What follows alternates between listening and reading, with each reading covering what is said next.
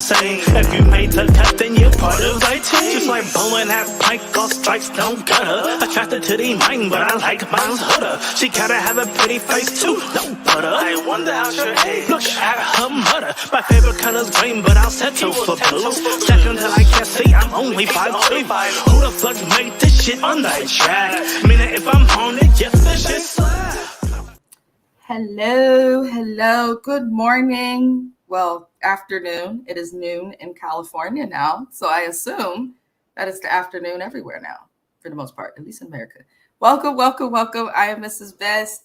We are here. I apologize for being a little bit late. I was trying to handle stuff with my vehicle, but as always, men made it difficult. Lord, I'm trying to tell y'all, it has been a day, but we are going to go over life after lockup. I do recap Love During Lockup as well as Love After Lockup, which was the original of the franchise series, but we are here for Life After Lockup. I just want to say, wetv, y'all need to do better. In the words of James Jackson, who is a renowned author and my co-host for a lot of other recaps I do, I'm addressing wetv's call center because what the hell? Why did we have to have Love After Lockup till December? Like, we had no break whatsoever, and I just felt like the way they number the seasons is crazy. That's why this says Life After Lockup, Love is a Powerful Drug. That's the name of the episode. I can't put episode 1, 2, 3 because this is like season 5 of Love After Lockup continuing. I hate the way they number their episodes, and I've heard a few creators say the same things. Like, the show could probably be a lot more popular if we get more creators wanting to, recap it, but it's hard when you don't know how to label your shit.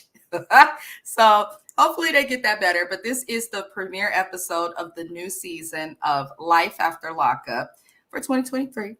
That's all I can say. But this episode's titled Love is a Powerful Drug. And love is a powerful drug. It really is. Fun fact, love does the same shit to your brain that drugs does. Look it up. But what we're going to do is go over each couple, and then I will explain what happened with each couple through the entirety of the episode, and then we'll move on. That way I'm not ping-ponging back and forth. Who wants to do that, right?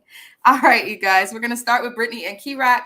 Brittany and Key-Rock are our first transgender couple. Brittany is born a female, still a female, all that good stuff. Key-Rock was born female, and he is in the process of transitioning to a male. I know that everybody has their different views and stuff on transitioning, gender, marriage, religion, all of that. My channel is not the place for us to go over our individual beliefs, but I will treat each person with as much respect as I can. I'm going to talk my shit, y'all. I'm going to talk my shit. But we don't want to be disrespectful. Please don't comment anything disrespectful about Key-Rock's gender. Please don't comment to me anything about the blood of Jesus and how God feels about what Key-Rock does. It's not my business. Hi, husband. And it should not be your business either. So I just want to make that clear throughout the season. Like, I really don't care who changes to girl or boy. It's just when I see, like, there was something I saw, a trans article, where somebody who was born male but transitioned to female said that we own periods. And I'm like, do you really think we want to fucking own that shit? No, we don't. Anywho, so Brittany and Key-Rock basically have been together since Love During Lockup. They were in jail together. Key-Rock also started his transition while in jail, and they are the youngest couple on this show. I think the youngest couple we've had in many years on this show. Brittany's 23, Key-Rock is 26 or 7. I think he just turned 27.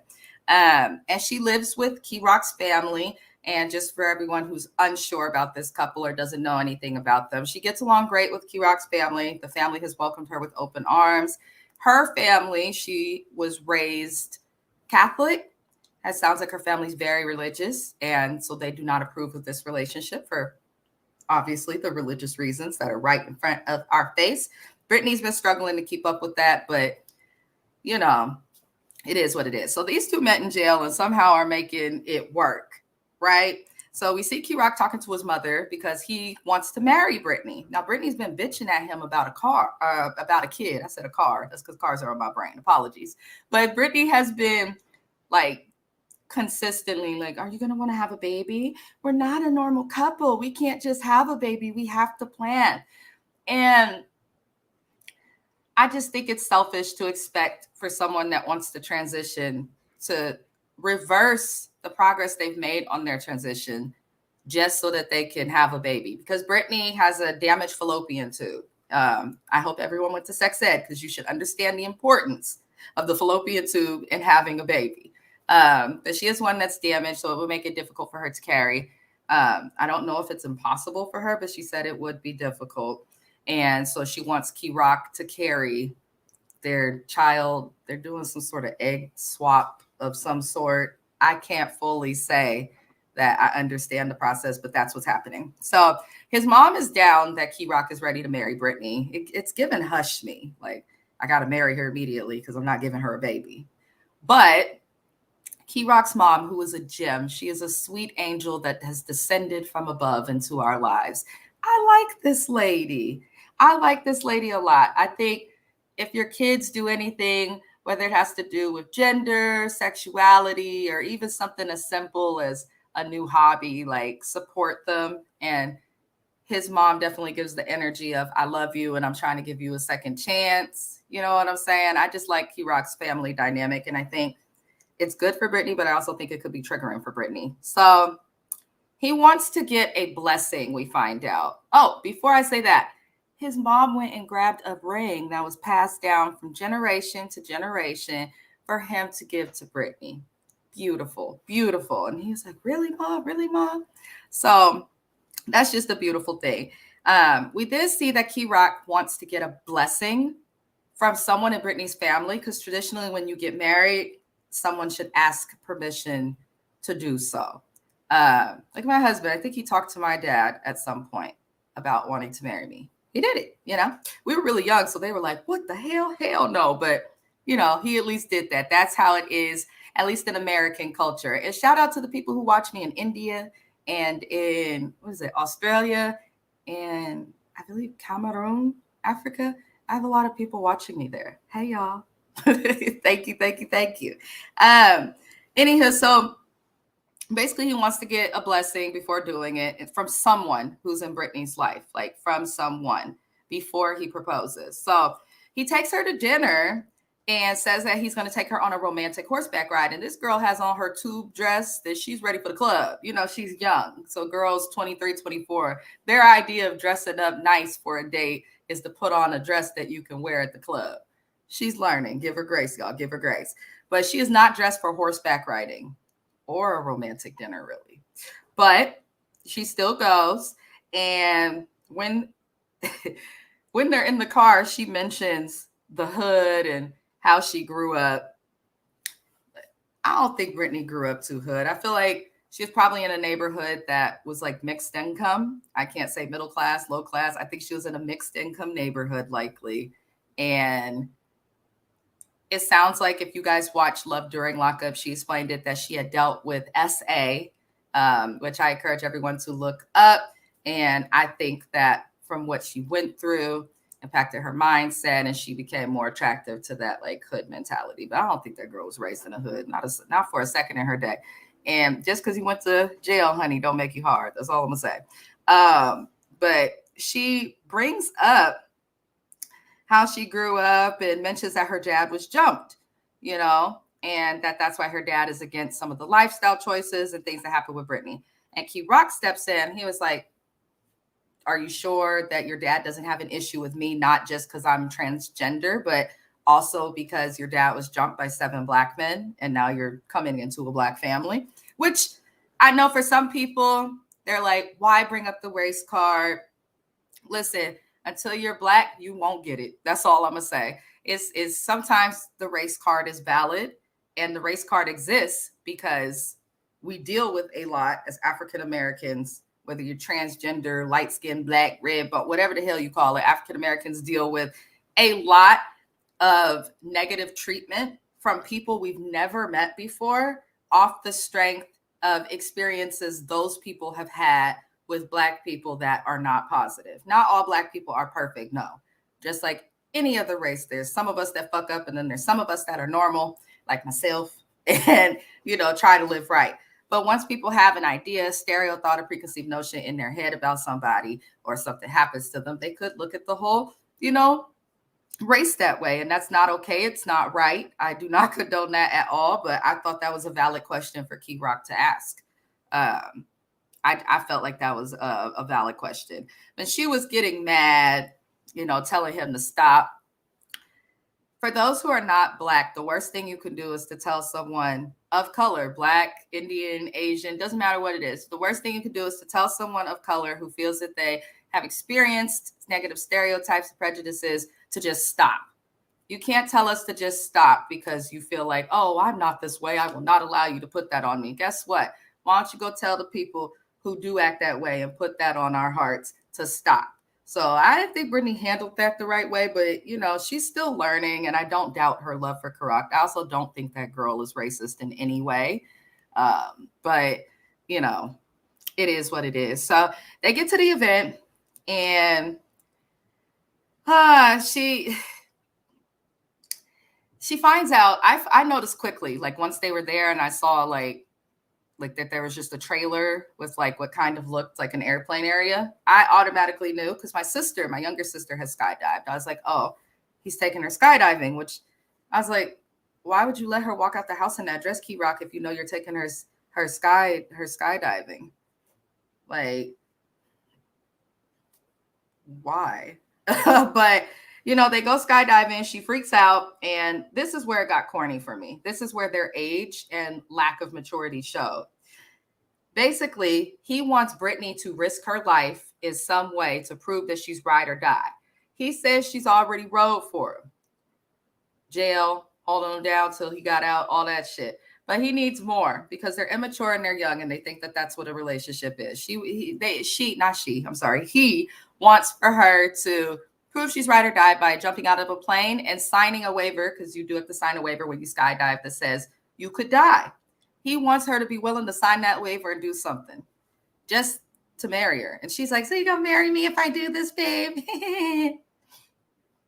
It's good she's dating a transgender male and not an actual man, because an actual man would dog walk this chick. I'm just saying, if you really are giggling at the idea of, if I skydive for you, we gonna get married.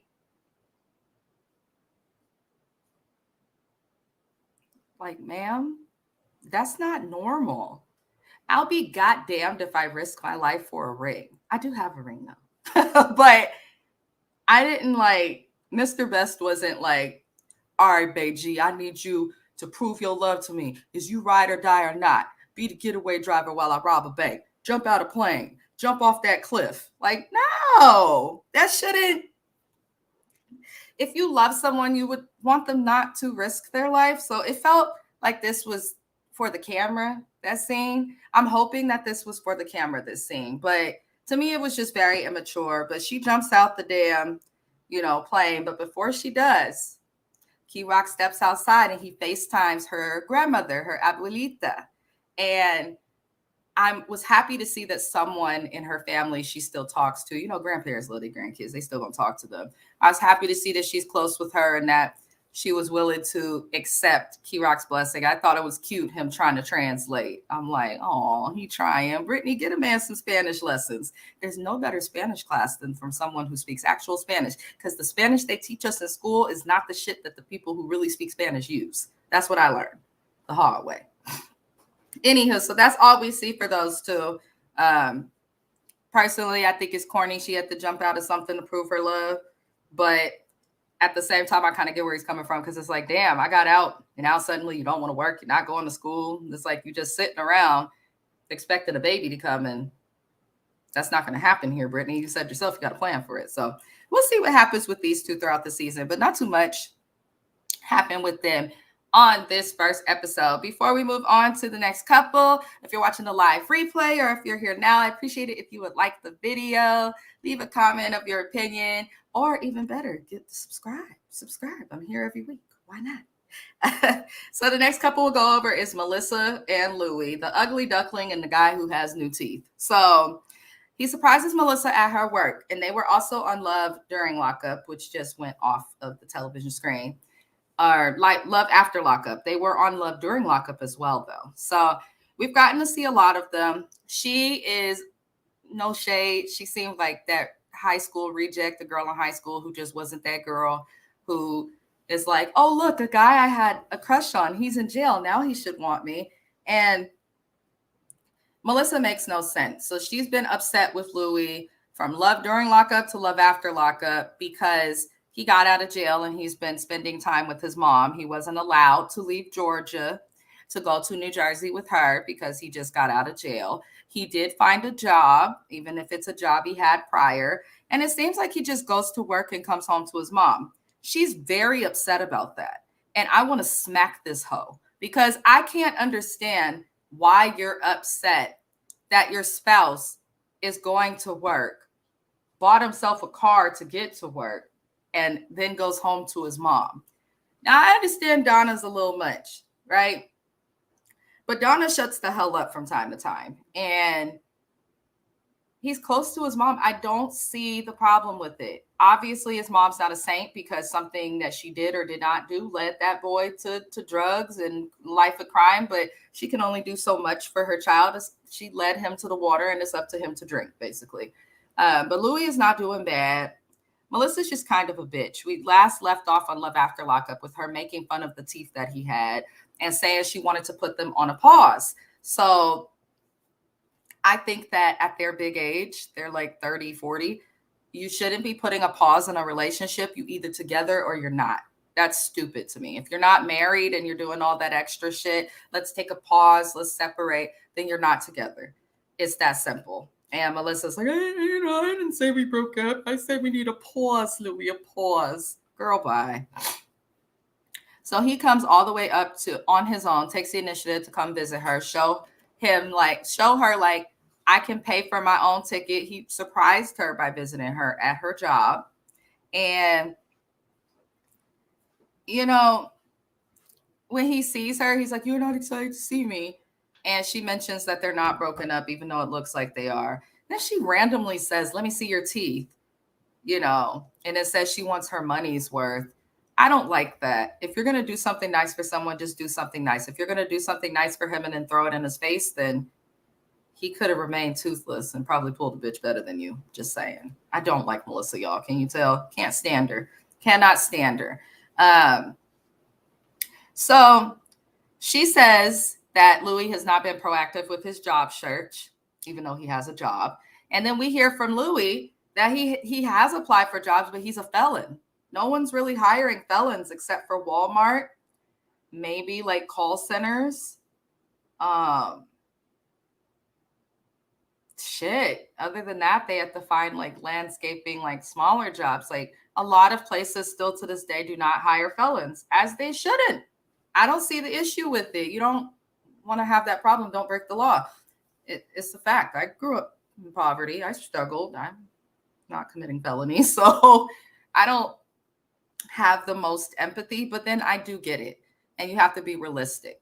Melissa chose to go after this man while he was in jail, caused him to have to go back to do 30 more days of jail and that bullshit from Love During Lockup.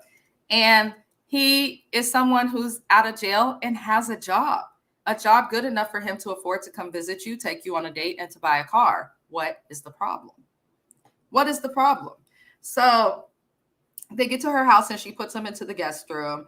And in my opinion, she just wants a yes man, and she's just complaining about nothing. And it's not fair. I'm tired of Melissa. She's one of the few people on this show, regardless if it's inmate or the person who's free, who complains when the person has not done anything wrong. He just got out of jail. You got bitches on here hoping they man find jobs and gets, on their feet quickly. Yours actually found a job, is staying with his mama and behaving. The worst thing about him living with Donna is his breath might smell like canned Alfredo sauce. That's it. That's the worst thing. Louis' mama cannot cook. We've seen that food. So she's upset that Louis not calling more jobs and says that she's afraid that if he comes to New Jersey, she's going to become like his mom. And my thing is, her fears are valid. They're absolutely valid because he is a little codependent with Donna. However, you're not giving him a chance. Voice your opinions, express your feelings, but don't down him when you do it, and still give him the opportunity to show you that he might do different. That's just like the same thing to do. Anywho, she cooks. some frozen meatballs with some spaghetti or whatever.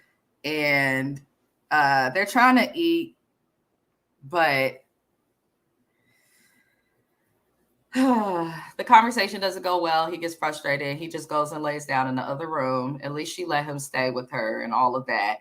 But then she complains about having to clean his plate. Great. So now I'm going to be cleaning his dinner plate like Donna. Girl, if you want to be with a man, marry a man. And men, if you want to be with a woman, sometimes you might have to clean their plate, make them dinner, things like that. It irked my soul that she complained about that. Mr. Best the other day just did all the dishes, and I thank him for that. Shit, sometimes I do it. Sometimes he gets us food. Sometimes I'll cook food. But give and take, 50-50. Y'all know what I'm leaning towards. Run, Louie. Run like the wind. Just keep swimming. Just keep swimming. Get the hell away from Melissa. I hope what happened with the dental hygienist whose number he got? I wonder if he did something with that. I'm really curious to know if he did something like that. So curious. Anywho, before we move on to the next couple, be sure to follow MIZZES, which is me, on IG. That is a good place to go to get updates on when the next live will be, things like that. I am getting better at posting more to YouTube because Instagram is just not a good platform to grow on, in my personal opinion. I prefer YouTube, where most of the people watching this is because they like the show or we're looking stuff up with the show, so they're in the right place. Versus Instagram, where it just goes to any Joe Schmo. I don't have time for that. The next couple we'll go over will be a fast one, Eris and Cameron, aka OG Cam, who we have reviewed before on my music reviews, which usually happen on Tuesdays and Thursdays. Feel free to go check out a playlist. They are all labeled in the description and titles so that you know which artist. But OG Cam is Cameron from our Love After Lockup, who's now a part of Life After Lockup. So congratulations to Cameron and Eris on their baby girl, Charlie, who I believe is born, because I saw him posting a picture of the child doing a cartwheel and a flip. COVID babies are different.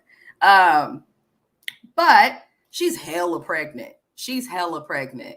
You know, they haven't been on our screens really since Love During Lockup or Love After Lockup. I can't remember which one. I like Eris and Cameron. He was acting a fool when he first got out, but I like how his sisters and his family, they kind of hold him accountable. They're respectful to his partner. I just like how they move. I like them. But we find out that she's getting evicted and they have to move because he's a felon.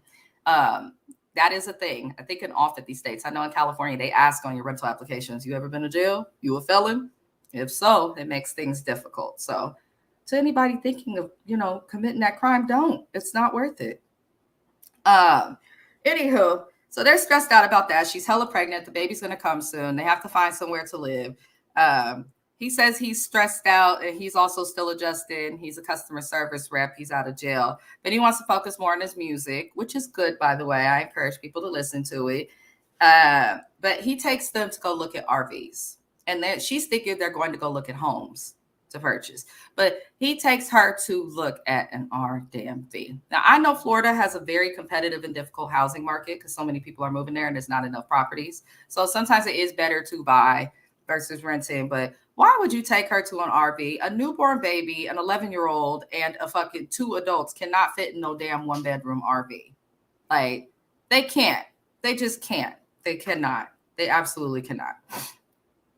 But that's pretty much all that happened with them in this episode. There wasn't really much. I think they just wanted to introduce all the couples, and we'll see more with what happens, but they do have to move, and to move that pregnant, I feel for you, Eris. I don't know how y'all did it, but we know that they got it done.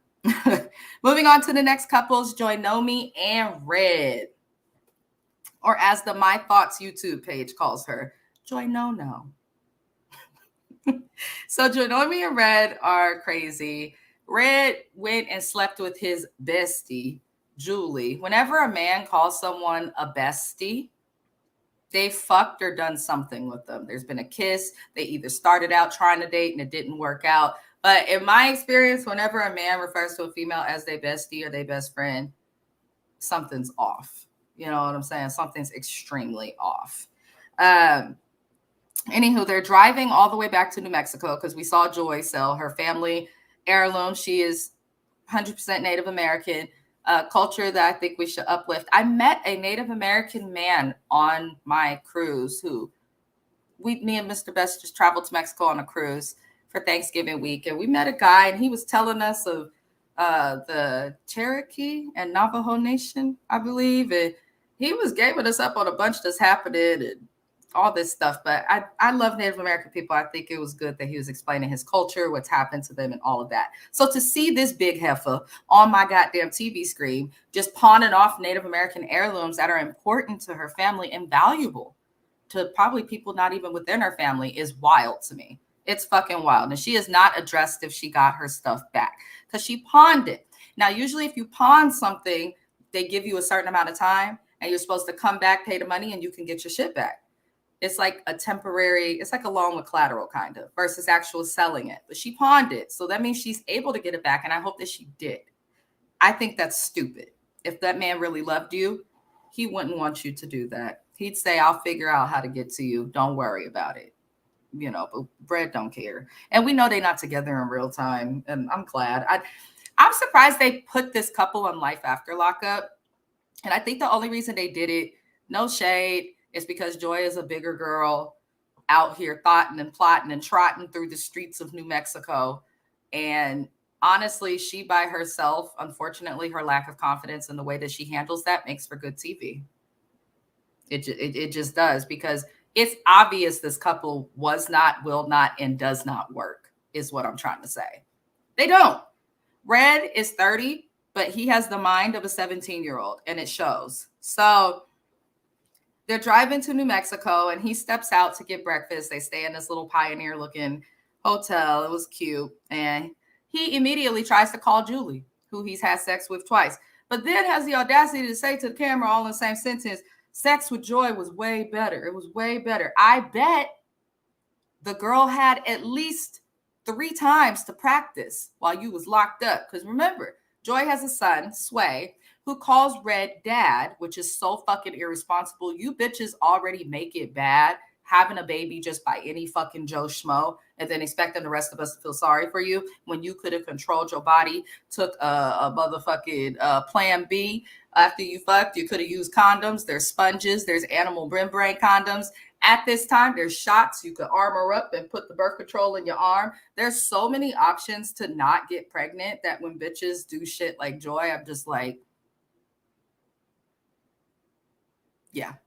Like, come on. So this fool says the sex with Joy was better, but fuck Julie twice. He said this to us. He said, I had sex with her twice, all in the same day. I was like, it's just annoying. Like, and they're coming off of Love During Lockup after Jess, or Love After Lockup, like after just going through this. Like, they just found this out and the filming just continued. So it's like, all right, this is weird. So they're walking through a saloon because they've made it into Texas. So they should be closer to New Mexico, but Texas is a big ass state. So I don't know where in Texas they were, but they are more than halfway through their trip. And there's like a saloon themed arcade. It looked fun. But it's not a place for a proposal. And Red dropped to his knees on the dirty floor of this arcade saloon place that I'm probably sure plenty of people on road trips pass through. We have those in California along the 5, like in the 99. There are highways out here, and there's just like hotels and like weird shit, places you see Cracker Barrel, like when you're traveling. He decides this is a beautiful place to propose to Joy Nomi. So he randomly proposes in the middle of the saloon. He just stops. And I'm like people are on bar stools. Like, there was no effort or love put into this proposal at all. And of course she says yes, because she's desperate to find a father for Sway, because she doesn't want to go hit up 3 different men. Like, I need a paternity test, but like, you got paid for it because I sold my grandmother's heirlooms and I have no money. Like, no, Joy. No, she irks my soul. She really does. So then I'm dying. The shade that the producers throw has me living. And this is why I recap it, because it's funny as hell. We then see a scene from the past, him getting the ring. He bought the ring from the saloon that he proposed to her in. He bought the ring from a stack of rings right next to the refrigerator magnets that say your name and the license plate of the state you're in. That's where he picked up her ring. He was like, ooh, this is a nice one. No, sir. Let me explain something to you. $31 he spent on this fucking ring. My ring doesn't cost the most. It's about $1,000. But $31? I thought my ring was cheap. Jesus, $31. It can't even be like a legit cubic zirconia. Like, I feel like it's going to turn her finger green. That's just how I feel. But he says in the confessional, and he's like, this is really like narcissistic and kind of sociopathic. Like, he's like, I feel bad for proposing to Joy right after I fucked Julie because I know that she has insecurities and struggles with self-esteem issues. Disgusting. You're a horrible person, Red. That's fucking awful. That's truly evil. I don't give a fuck what none of y'all say in my comment section. I will respect your opinion, just like y'all gonna expect mine. That nigga ain't shit. Like, he is the dirt and the dust of the dust. Now, Joy is a thought too, but just because someone's a hoe doesn't mean that they deserve bad treatment. And I really feel like the reason Joy is sexually open, promiscuous in a way that is irresponsible and hard to respect, I really do believe she does that as a way to make herself feel better. Because I'm not trying to be shady, but a lot of the people I know who aren't the smallest, who people would consider to be obese or larger, fat, whatever words you use, I've had to have talks with some of my friends who are bigger. Like, you don't have to just give this nigga like the vagina. You don't got to just give up the cakes. You don't got to just buy stuff. You know, those things we hear rappers say, give me a big girl. She a cash out queen. Find me a big girl because she going to give me her taxes. Like, little stuff like that. Like, that doesn't just come from nowhere. But a lot of the women I know who are larger, who do stuff like that, do suffer from self-esteem issues. And I think that's sad that they feel like they have to spread it wide and drop a bag just to keep somebody. That's no. Whenever materialism comes into it, it's a problem. But I'm really disgusted with him for knowing of her insecurity and understanding it to that point. And then you still choose to cheat. You still choose to buy the ring. You still choose to do that. And look up Red's mama. She's a sex offender. Victims as young as 5. Nasty. Go look up according to Amber's channel. If you sexually assault or offend someone, there's no excuse, bro. There's no excuse for that. Like, nah. So I'm curious to see if that'll come out, but I didn't like what I saw with Joy Naomi and Red. That was all that happened with them on the episode, but I just can't believe he picked the ring from that place on camera confidently. Like, production had to tell him. And if they did, that's messed up because production's making her look a hot ass mess. So moving on to our next couple. Be sure to like the video. I appreciate you. B3ST appreciates you. Everybody appreciates you. We are going to move on to Chevelle and Quaylon. I don't know why she's back. She had a meltdown a couple seasons ago on Love during Lockup. He used to have dreads. He got out, immediately start talking to other people. Pretty much shit that we expected. Chevelle, Miss No Neck Chevelle, she's like Benzino's real child. I'm trying to tell you. I didn't understand what she was wearing. She was wearing some sort of a dress and it had like pockets here and there, and she's not shaped the best. She's got linebacker shoulders, no neck, a big head, a fucked up lace front, and then the back of her is flat, but the front of her is not. It's just a lot going on with Chevelle, and I feel like she's trying too hard. She's a pretty girl, but she's trying too hard. Like, not every Black woman has to put on a weave or a wig. I'm on here with my edges and my new growth, y'all, and I don't care. Shit. I don't care. I'm not putting on a lace front and all of that. Nope, I'm not doing it. So Chevelle and Quaylon broke up the last time we saw them because she was doing too much, was emotionally aggressive, flipped out, all that bullshit. And, you know, I guess now they're engaged. How did they get back here? Her wigs are terrible. Renika, it's good you're not on TV no more, baby. You got some competition. Chevelle's wigs are terrible. Renika's wig was like them sideburns and the color choice was off. But like Chevelle's wig is just a bad wig. Like, it's just bad. So she's worried about their family getting along, and they're planning a wedding, and they bring their mothers. Quaylon brings his mom, Chevelle brings her mom to look at the venues. And Quaylon's mom, I'm sorry, that's ghetto. We got to do better, Black people. Why the fuck does Quaylon have a sister named Qualandria? And then, like, they all have, come on now. That shit just don't make no sense to me. Anywho, the moms cut to the venue, and Quaylon's mom's actually a little more relaxed this time. And the wedding planner quotes them $25,000 for the venue. And I wonder why, if you're getting quoted $25,000 for a venue, why does your wig look like that, bro? Like, you can afford better. Or put some braids in your hair, Chevelle. Like, actually braid it. Don't put the wig braids on. That shit looks tacky, but do something. I don't know what she's doing. Anywho, Chevelle's mom starts tripping because she's like, I ain't paying for it. I ain't paying for it. And Quaylon's mom was trying to be supportive. She's like, hey, this is them. This has nothing to do with us, you know.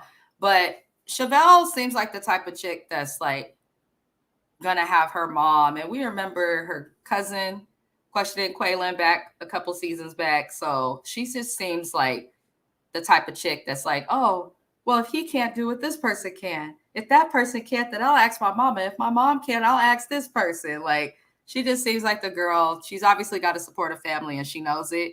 And I feel like she takes full advantage of it. I don't know what the hell is going on and why she's on our TV screen acting all, girl, because be yourself. Because doing all that extra shit around your friends and family, trying to gloat about getting married, is not going to keep you married. I can promise you that. Some of the quietest people have been able to keep a man for a long time. There's a reason why. There's a reason why. Now, yes, someone should love you for you, but when you acting and all animated as shit for the camera, we can sense that as viewers, and that shit translates as super disingenuous. So that's all I'm going to say about Quaylon and Chevelle. I can already tell she's going to be on my nerves this season with wigs and outfit choices. And I don't understand why she was trying to match dresses with her mom. That was just weird to me. I don't know. I wish they would put on like some leggings and a shirt and just be normal. Like, you could tell they're doing the most for the camera and it don't look good. The next couple we're going to go over, y'all. Oh, shit. The final couple we saw is Taylor and Chance. Taylor and Chance are no longer together in real time. Chance is awful, which we could tell from when she was giving birth. He was just acting selfishly. They have been all over the tabloids, the news, the internet, acting a fool. And poor Taylor, I feel bad for her. If someone's not coming for her looks, they're coming for, her choice to be with them. And she seems like a nice girl. I don't think we should just come for her looks. Like, we shouldn't. Now, I know y'all are probably like, Mrs. Best, you're contradicting yourself. You just came for Chevelle. Did you see that fucking wig? Go look at it and then come back. Then come back. And sometimes it's okay to not wear makeup, even if you're on TV, because I don't know what the hell she was thinking. Anywho, but Taylor and Chance, they're pretty normal. Well, Taylor is. She just makes horrible choice in men. It seems like whoever she has a baby with, she's not going to stay with, in my opinion. I felt like when she was pregnant by Chance, I was like, that's the end of this relationship. But we find out she's doing something called epoxy tables, and that has become their main source of income. So I take it that Chance still has not found another job, which is probably his fault. I'm pretty sure he can find something, but is like picky or something, because he just seems like an egomaniac. So we see Taylor go meet with a client to make an epoxy table, and he acts weird in this meeting. Like, he acts like he's just sniffing and snorting coke whenever the hell he has free time. Like, he acts weird, like Leonardo DiCaprio in Wolf of Wall Street before he lost it all. Like, that's Chance. Like, this makes no sense. So he tries selling contracting services to this woman in her house. He's like, can I look around your kitchen? I'm like, why the fuck do you need to look around Taylor's client's kitchen? You're there to make a table. You're not there to contract her house. Do you have a license for that, Chance? Like, what are you doing? So he's acting all weird. And then we see him say something in the little confessional interviews. And he was like, yeah, and, I've got a lot going on. And, Taylor, we're not really bringing in. Listen, I have allergies. I've had allergy attacks on live. I also have asthma. Hey, listen, if I get to sniffing it on a live, I ain't too proud to shake it up.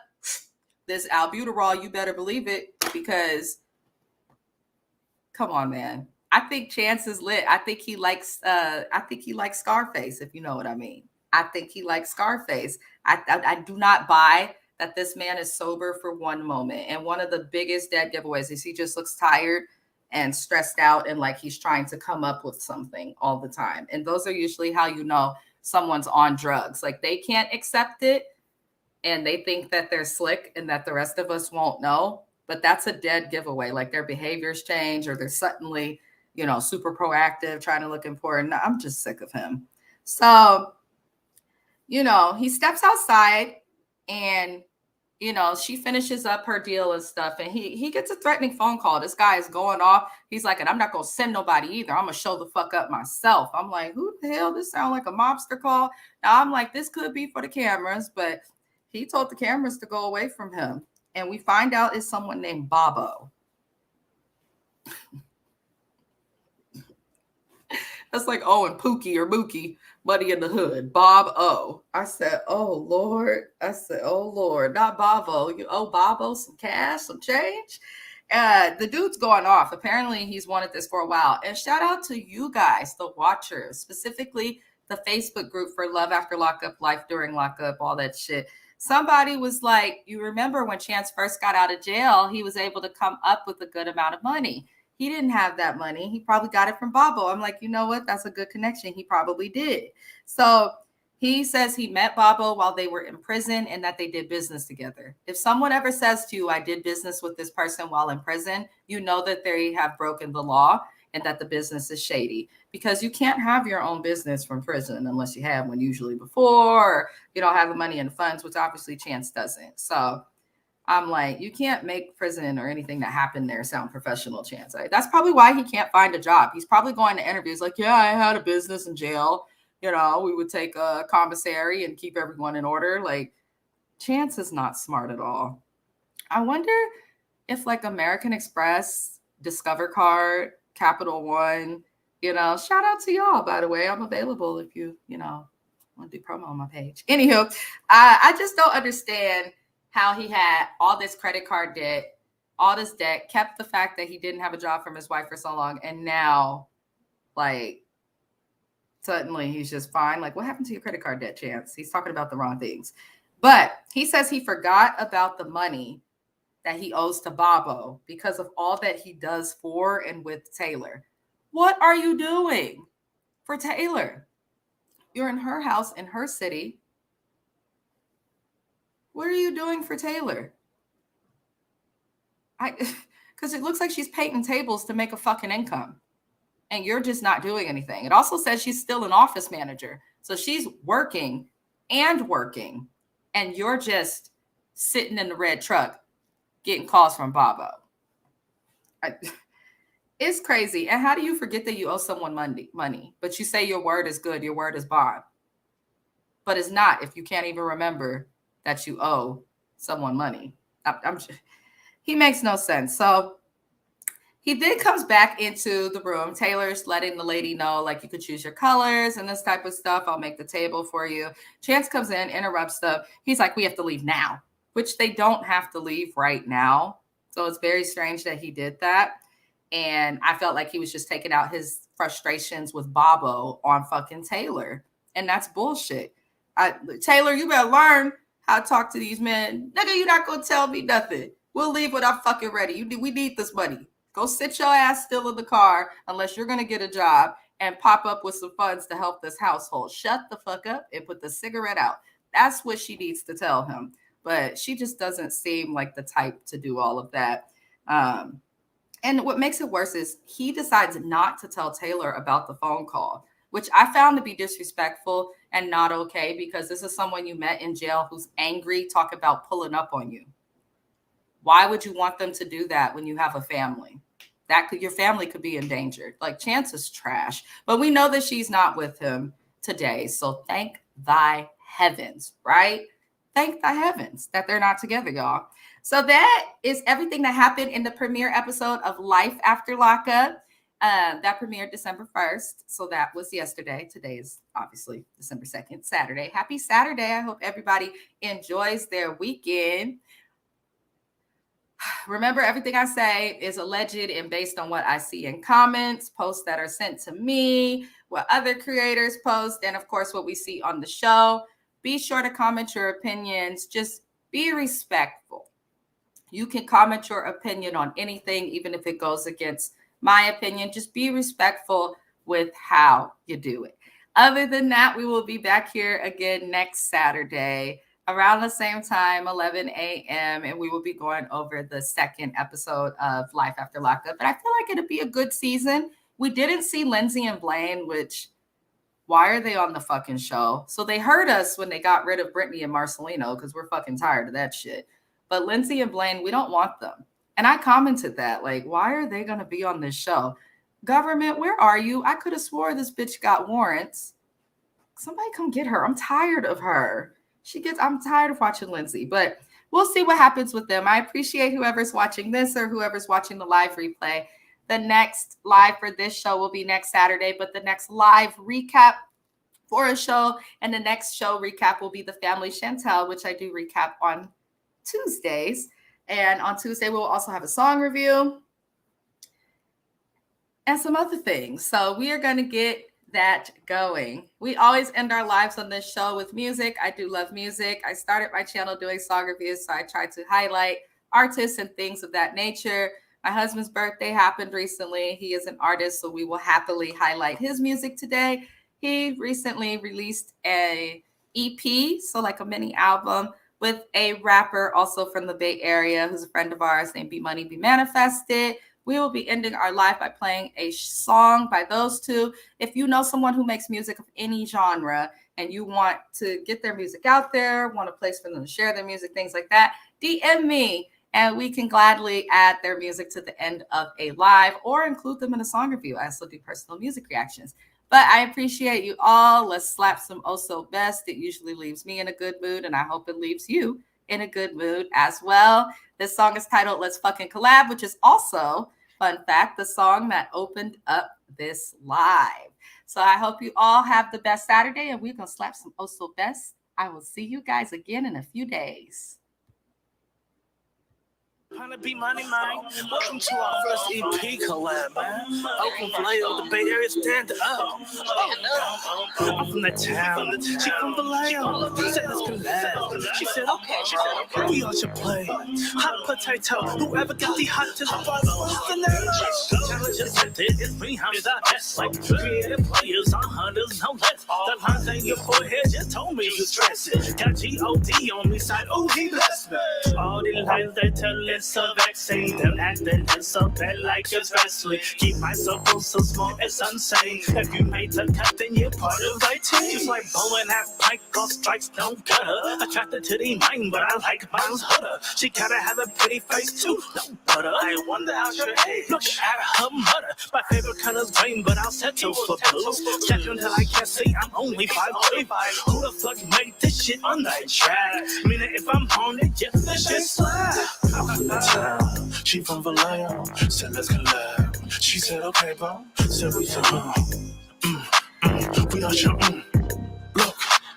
I'm from that town. She from Vallejo. Said let's collab. She said okay, bro. We all should play right. Hot potato. Whoever got the hottest buzz from the night. Every day we find the silver lining in our life platinum. Lately, how we blinding with our light, we got them that numb. Me and also speeding on the beat, they call us phantom. No, I'm not a player, how a layer call me stratum. I'm just trying to break bread like split an atom. God gave me all this weight, why? So I can splat them. Lately, how I'm new with my cleats, I'm an atom. When it come down to my ball, I'm really bad. When it come down to my plays, I'm never lagging. They keep the real ones in the cage like they don't matter. When they get out, they just go back like they don't matter. We trying to bring the system down, Mad Hatter.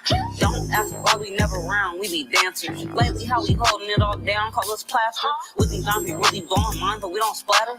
Damn, how y'all make it to the top, we don't like ladders. I'm from the town, she from Vallejo. Said let's collab. She said okay, bro. Said we said we all should look. I'm I'm from that town. She from Vallejo. So let's collab. She said, Okay, bro. we don't should play much. Hot potato. Whoever does it hot to buzz from Zanello. Pull up with the mix quick, got the drip like Ness quick. Acting picky choosy, but we platinum, we the best pick. Lately how we rockin' every wall, we got the best pick. Lately how we got them tuned in, we be the best nick. Money. Yeah, what's up, Oso? From the town to the beat, going crazy. What you mean? What you think? Me and Oso got it.